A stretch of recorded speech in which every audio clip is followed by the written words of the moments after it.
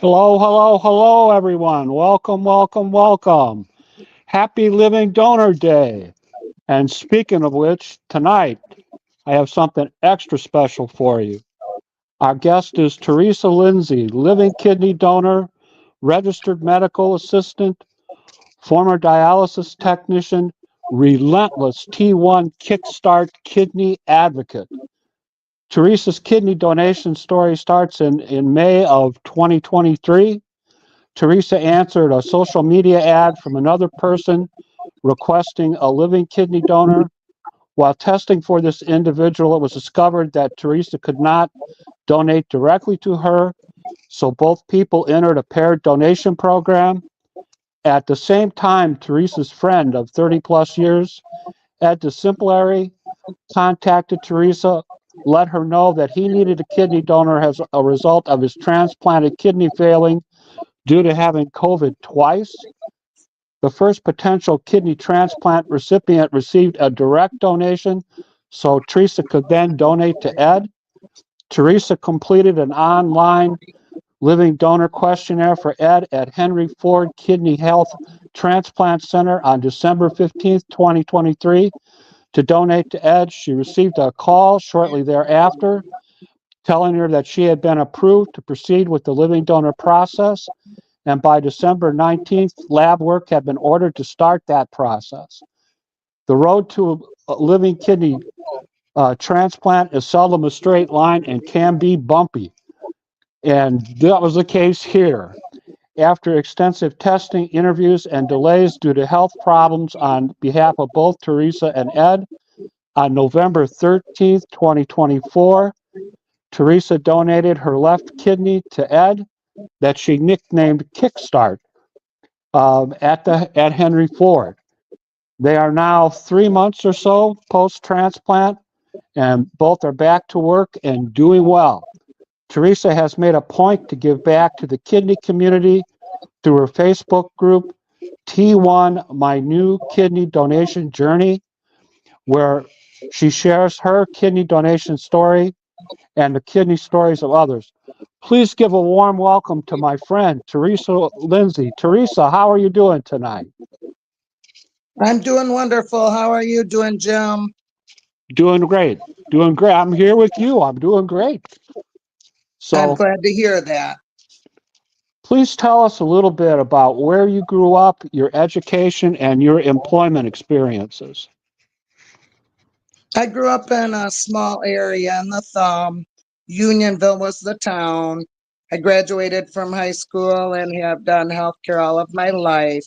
I went to school for medical assistant 20 some years ago, and it led me into becoming a dialysis tech. Okay. And let's talk about your friend Ed. How did you first meet Ed? Ed and I met through school in our high school years. Okay. And tell us a little bit about your friendship with Ed prior to the time that you realized he was seeking a second kidney transplant. Ed and I had the same crowd of friends that we hung out with. We enjoyed the same music and some of the same things. I understand that you guys have been friends for over 30 years. Is that right? That's correct. Okay. And I also understand Ed's had kidney issues for a long time. Can you tell us a little bit about Ed's issues? Yes. Ed was diagnosed with kidney failure as a small child, and he had issues since then. He has had one previous transplant before this transplant. Okay. My notes are telling me that around May of 2023, Ed notified you that due to his having two bouts of COVID, his kidney transplant of 16 years has failed. And at that time, you were not able to donate to Ted. You were kind of committed to somebody else. Is that correct? That's correct. All right. And I understand that that first person received a direct donor, and therefore you could now donate to Ed. And then after that time, you completed your online living donor application for Ed at Henry Ford on or about 12/25 of 23. Is that right? That's correct. All right. And approximately when did you know that you were going to be able to donate to Ed? I was notified that my previous recipient that I answered a social media ad for online in Saginaw had received a deceased donor kidney after two failed attempts where she did not match the two previous donors around October. Okay. We're talking about 2023, correct? Correct. All right.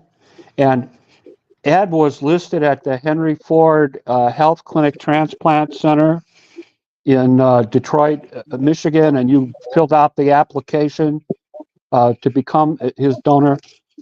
How did that go? Correct.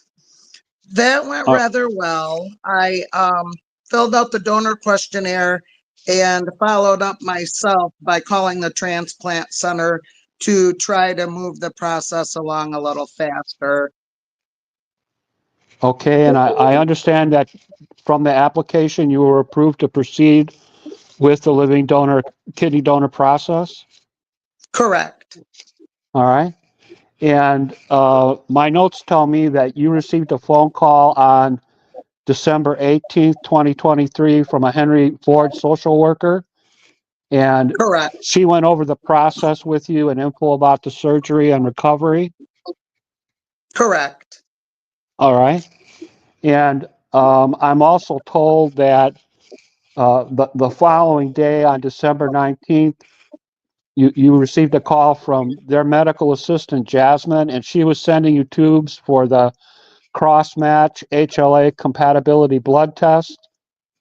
They wanted you to draw blood and then take it to the Quest lab for testing. Correct. Okay. Tell us what that means. The cross-match HLA compatibility blood test. What does that do? What does that show? Cross match compatibility / HLA testing will determine if the potential donor is compatible with the potential recipient to receive their kidney. They checked to see what my blood type was and what kind of antibodies I have in my blood that may be potential for Ed, in this case, my recipient, to react to my blood when they mix it together. They mix the blood samples together to see if they're compatible and see if there's a reaction that is positive or negative, and see if our blood is compatible. If it is compatible, then it means that I am a potential donor for him and he would be able to receive my kidney. Okay, so people understand what we're looking for in the results of that test is a negative result, a result where the recipient's antibodies don't react to the donor's red blood cells. Is that a fair statement? Yes. Okay.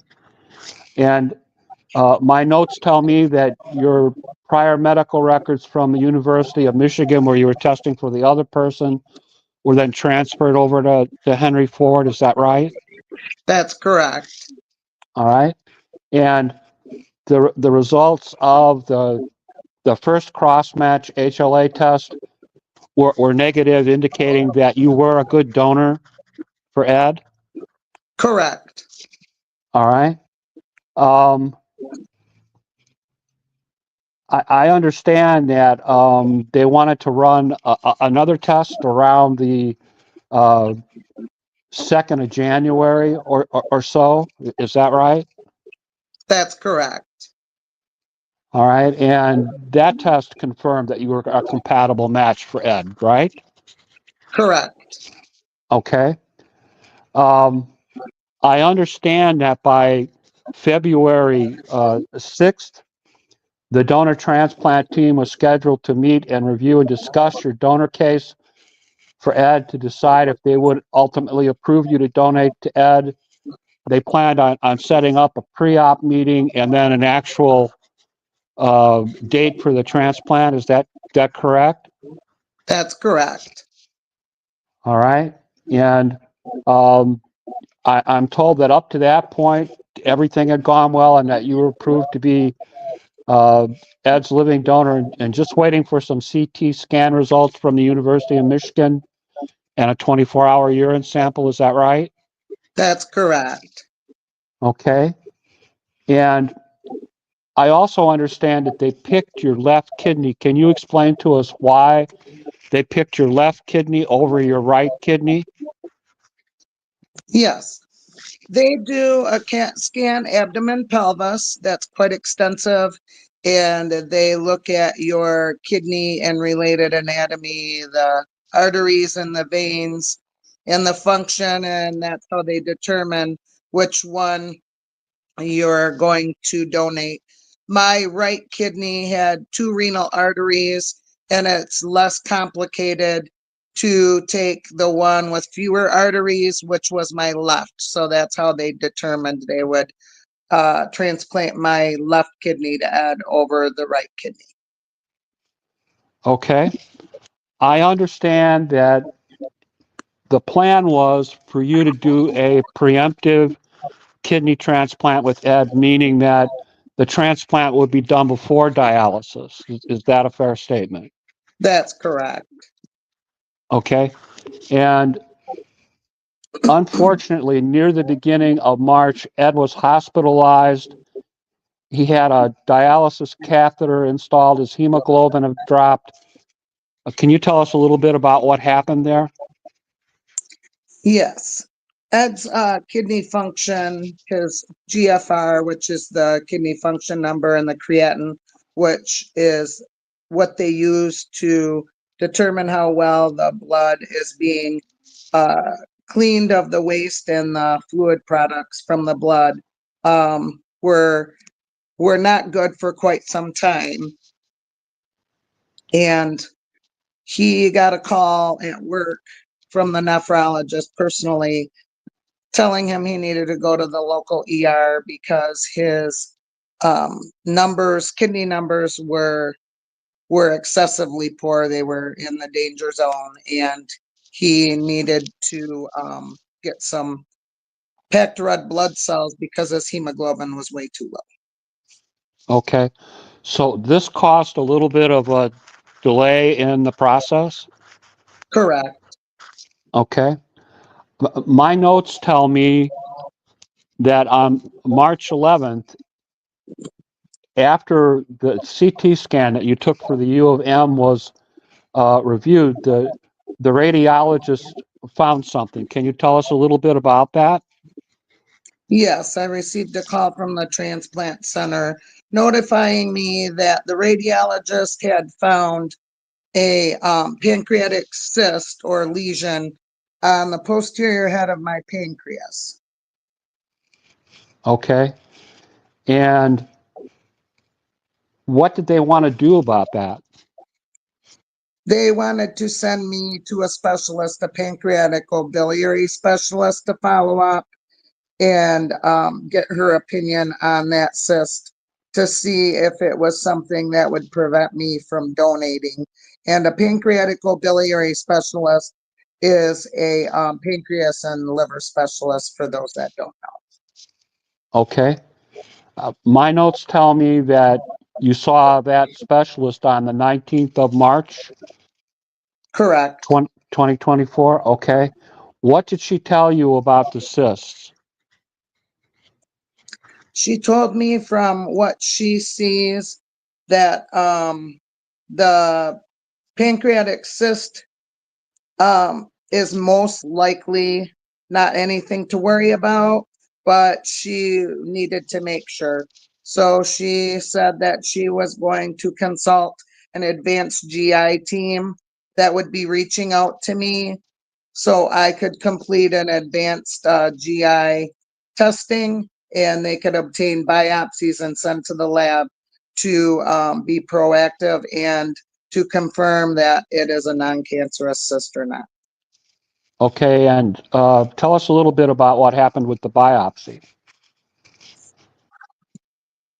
The biopsy had showed that I have what's called an IPMN cyst on my pancreas, which is an interductal papillary neoplasm. It can be cancerous or can turn into cancerous if it's found to be non-cancerous. So they had to send them biopsies to the lab to determine if it was cancer or not. And thank you, God, it was not cancer. Okay, but this is something that you're still going to have to deal with periodically, correct? Correct. So, as a result of your testing for Ed, you found out something that, in effect, probably saved your life? Absolutely. Okay. My notes tell me, oh, and just, I need to say this, just so our audience knows, if you go to my personal Facebook page, Jim Myers, Myers, this broadcast is pinned to the top of my personal Facebook page. And in the comments are all of my research. So all of the things that we're discussing tonight, wherever you see links going across your screen in the banner, I know those go by kind of fast sometimes.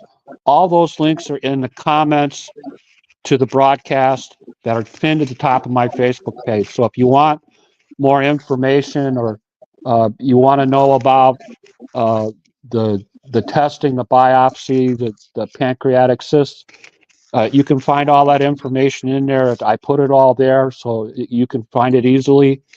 And, if you want to drill down and learn more about Treasa, you can.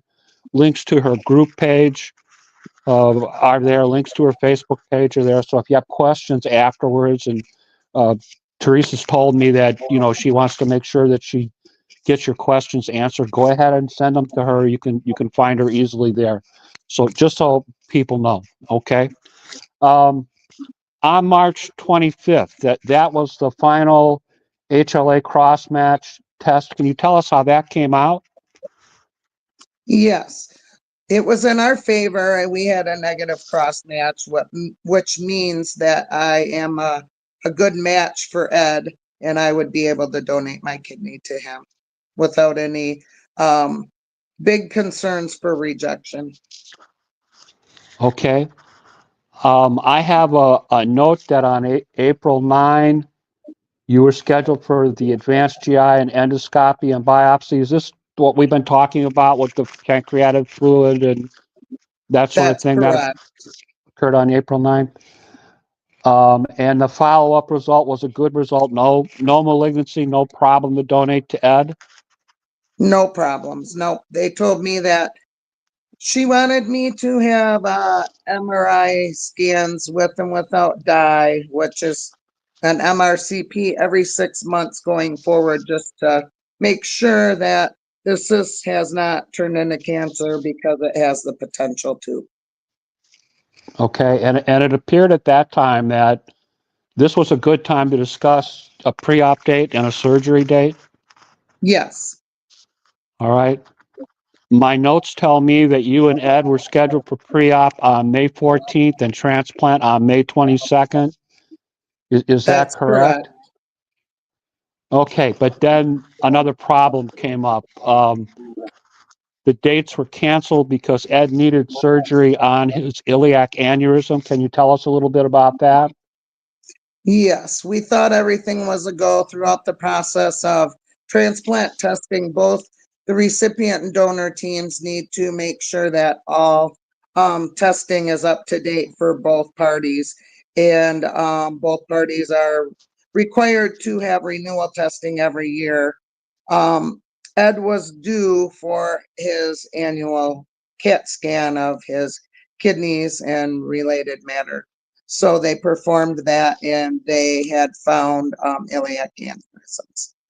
Where exactly is that? I'm a PKD patient, but they talk about aneurysms. They talk about up here for polycystic kidney disease patients. Where is an iliac uh, aneurysm? What part The of the body? iliac is located in the groin area.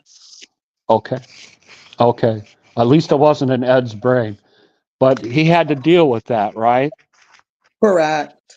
All right. And then I understand that the uh, pre-op appointment was then reset for November 5th and the transplant surgery for November 13th. Correct. Okay. Um, and you had a final cross mass touch, and again, it was compatible. Correct. Okay. What happened on the date of the transplant? Tell us what occurred. On the date of the transplant, we both had to be there for pre-op at 6 a.m. Ed and I both arrived early and were taken back early. They draw several vials of blood to make sure that your blood levels are still in good range and that you're not at poor risk for going into the surgery and that you're healthy on your labs. They take your vitals, ask you lots of questions. You have the nephrologist um, and the surgeons come in and talk to you, and then you have several people from the team, nurses and the anesthesiologist, come in and talk to you more than once, go over your allergies and their plan of action of what it's going to look like going into pre-op that morning for surgery and getting you prepared for the surgery. Okay. And about what time was the surgery? My surgery was scheduled to start at 8:30 At night or in the morning? in the morning. Okay. And do you know when Ed's surgery was scheduled? He was scheduled to go back about 2 hours after me, about 10:30. Okay.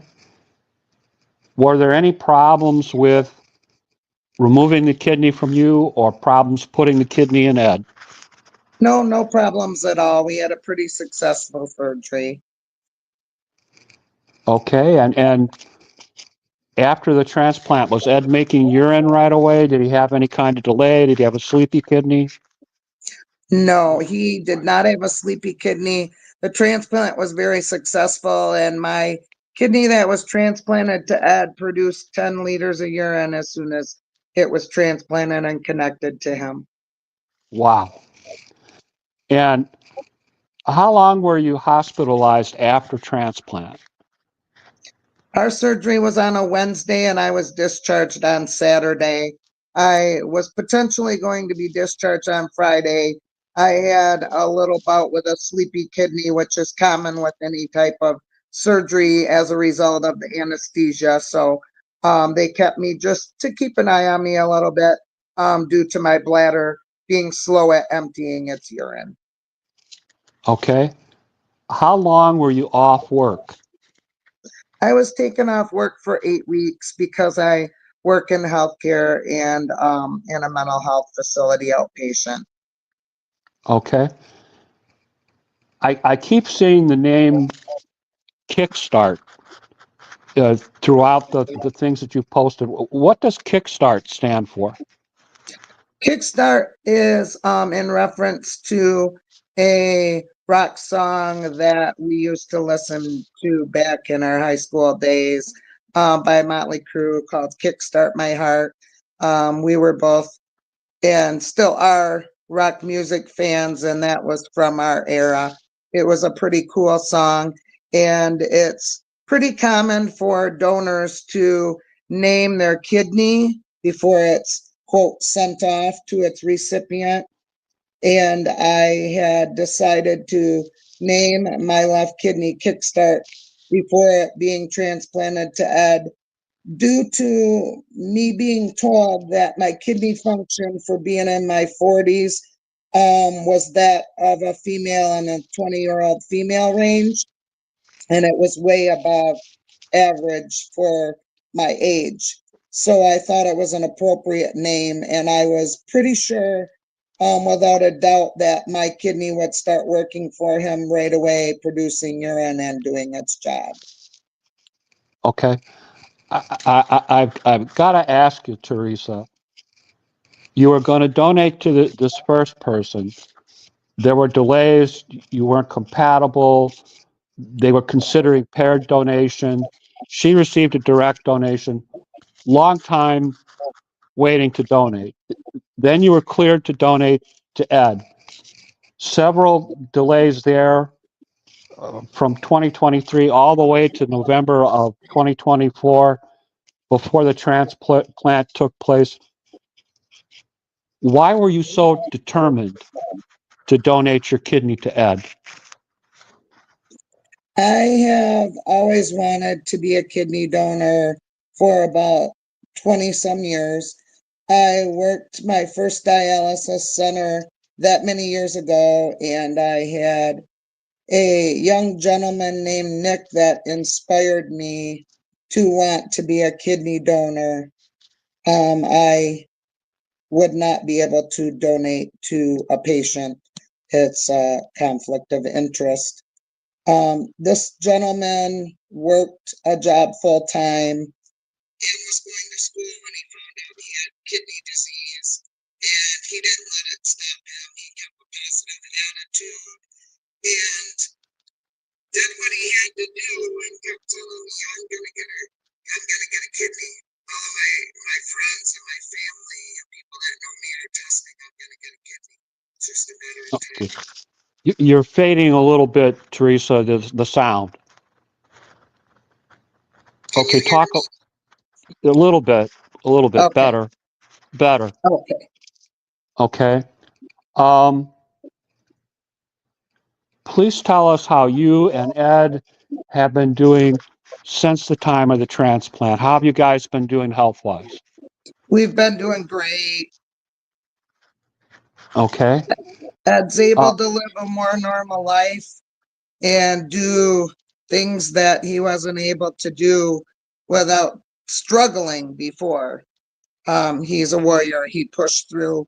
He worked throughout his um, kidney failing and has tried to do what he could, but he was quite fatigued, and he's no more fatigued to the extreme where, he's drained like he was with his kidney failing. Now that he has his kidney, he's able to do a lot more and thriving more.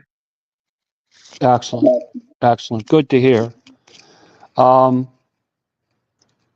do you have any final statements that you would like to make before we conclude the broadcast for the evening? Yes, I also want to say I'm doing very well. They did labs daily while I was in the hospital. And the second day post transplant that they did labs on me, my labs showed that I had kidney function, both the GFR, which is glomerular filtration rate, which tells how well your kidneys are functioning, and my creatinine were both in range for a person with two kidneys. Okay. Do you have anything that you'd like to say to our audience about being a living kidney donor? Yes, there are 90,000 people on the transplant list each year in the United States. 13 people are dying each day waiting for a life-saving transplant. I think a lot of the problem is people are not educated about what kidney disease is and what's involved with being a potential or donor for kidney transplant recipients. And it's important for people to be educated and ask questions. Um, it can be a scary process, I know, for people to think about to be a donor. It's really not as bad as what people label it. I actually had a pretty easy recovery 8 days after well, let me backtrack. The day after my surgery, I was walking over visiting my neighbors, elder neighbors. And 8 days post-surgery, I went to a soup supper with my friend Mel. I did very well. It's important that you keep moving. That's the best thing to do. The time to donate an organ is now. Become a living donor on your license. It's important. People need these organs to stay alive. It could be your mother, your brother, your sister, your grandchild, your friend, your neighbor. And the only ones that can make a difference is you and I. My next donation actually is going to be donating part of my liver, but I have to wait 2 years. And I want to say, if anyone has any questions about the donor process, you can reach out to transplant centers, Henry Ford, University of Michigan. You can reach out to myself. Jim has knowledge on this subject. Anybody. You don't have to necessarily find somebody that's looking for an organ transplant or kidney transplant. You can contact the center or go online and fill out a donor questionnaire and become what's called an altruistic donor, where you donate and you are unknown to a person. Sometimes adult kidneys can be transplanted in most cases to children. It's very important. Organ donation is overlooked. Much of the time, people will say, well, they said to me when I wanted to be a donor to Terry that I didn't know prior to my potential donation to Ed. Well, why would you want to donate a kidney to someone you don't know? And my response was, wouldn't you want someone to do it for you? You need to put yourself in people's shoes.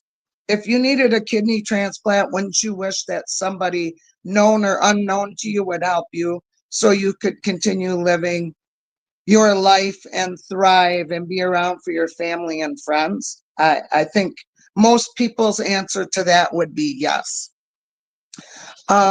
People say, well, I'm saving my kidney for my kids or grandkids. Well, I kind of understand that, but what if your friend, your family, your kids and grandkids don't need a kidney? They don't need one right now, and there's, thousands of people out there that need a kidney transplant now, and if they don't get one, they're going to potentially die. I would think that you would want to help somebody that's in need now, and there are people out there that would help your family member or friend or neighbor when they needed a kidney transplant. And being a donor actually puts you on the top of the list for, in my case, a kidney. So you have priority for a donor if something happens.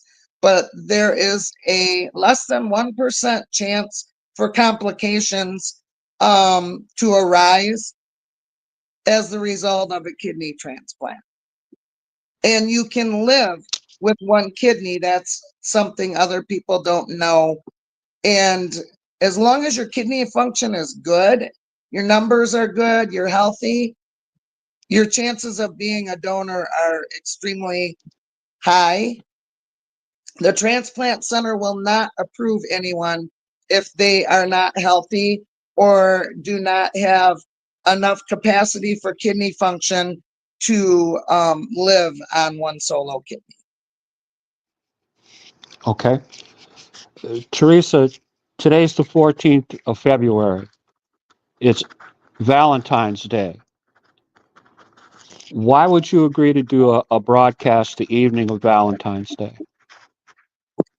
Well, most people celebrate Valentine's Day, and that's okay, but today the significance for me is National Donor Day. So, as a result of your experience, you feel positive about donating a kidney? Absolutely. And you and I, we are hoping that this broadcast inspires other people to consider kidney donation. I'm hoping so. I can tell you that there is no greater feeling in the world of donating my kidney to Ed. I am a mother of a daughter, and let me tell you, I don't disregard what it feels like to be a mother of a child. But I can tell you in comparison, donating an organ, a kidney, to somebody that depends on that to continue to live is a totally, totally different scenario than bringing life into this world. I chose to bring my daughter into this world, but I also chose to give somebody the potential to extend their life and live a more normal life. And someone in their 40s, 48, like Ed, you know, he deserves that. He's lived a long, hard struggle and battle with kidney disease. And I wanted to give him that chance again with a second transplant. Wow. Well, Treasa, I can't thank you enough for coming on and speaking so eloquently about kidney donation and you're sharing your kidney story with us. And I sincerely hope that we inspire some people tonight to consider kidney donation. 90,000 people on that waiting list. When they're put on the list, they're healthy. We still lose 12, 13 people every day uh, on that list while they're waiting to get a transplant. Uh, Average time depends on the state that you live in and the area of that state that you live in. Places like California, New York, New Jersey have exceptionally long waits. You can wait a whole decade. The average time in my state, Indiana, 4 to 5 years. Um, that's why that happens. You start out healthy, and then there's a chance that you might not stay healthy. Dialysis is rough on people sometimes. So we hope tonight that we educated some folks, and I just think you've done a terrific job. And I just want to say thank you. And I'm glad you're my friend, and I'm glad that we'll have a continued friendship. And I want you to know I'm going to work real hard for you to get the replay of this broadcast out. Thank you so much, Jim. I do want to say one more thing. I know a lot of donors feel like after their testing and they donated that their journey is done. My journey is not done. That chapter of my journey is completed, but now my next journey is helping recruit donors, both living and deceased, for people that need organ transplants. And I'm aiming potentially for kidney, but any, because I was able to donate my kidney.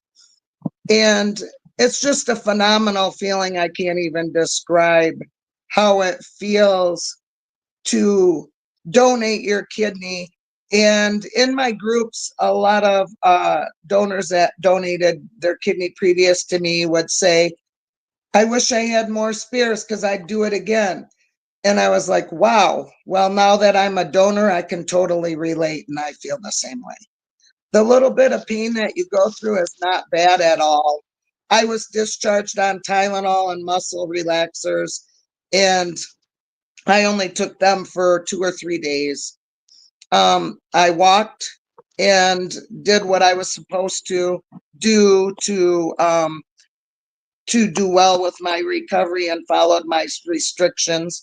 The average time off for surgery is 4 to 8 weeks, depending on if you have a strenuous or physical labor job and what kind of work you do. But there are organizations that help with paid time off and expenses, both previous to transplant, during the surgery, and for follow-up appointments. So I know that some people are concerned about lost wages and being off and expenses, but there are organizations out there that can help with these things for the donors. Okay. Treasa, what a terrific job. Thank you so much for taking time. I have a couple of things I need to button up with my audience just to let them know what's going to happen next week, that kind of stuff. And I've kept you for almost 45 minutes now, so you're free to go if you wish to go. And again, I want to remind everybody, I'll be posting a replay to this broadcast all over social media. You know your Uncle Jim. And if you missed it, you can catch the replay. If you saw it and you want your friends to see it, please don't hesitate to share it. And wow, what a kidney broadcast tonight. Terrific job, Treasa. I'm so proud of you. Thank you, Jim. Have a great night. You too, my friend. Thank you. All right, everybody. That's our broadcast for this evening. I appreciate your watching. Next week, on the 21st of February at 7 o'clock, we're doing something a little different. My friend Risa Simon has been on the broadcast a couple of times, and she writes books, and she's a stellar kidney advocate, particularly for the American Association of Kidney Patients. She has decided that she wants to interview me and talk to me about my kidney story. So something a little different that we haven't done before. You want to tune in to see that. If nothing else, it'll be funny as hell. So you don't want to miss that. And I will see everybody then next week. You have a good week, and I will talk to you very soon. Thank you again for watching.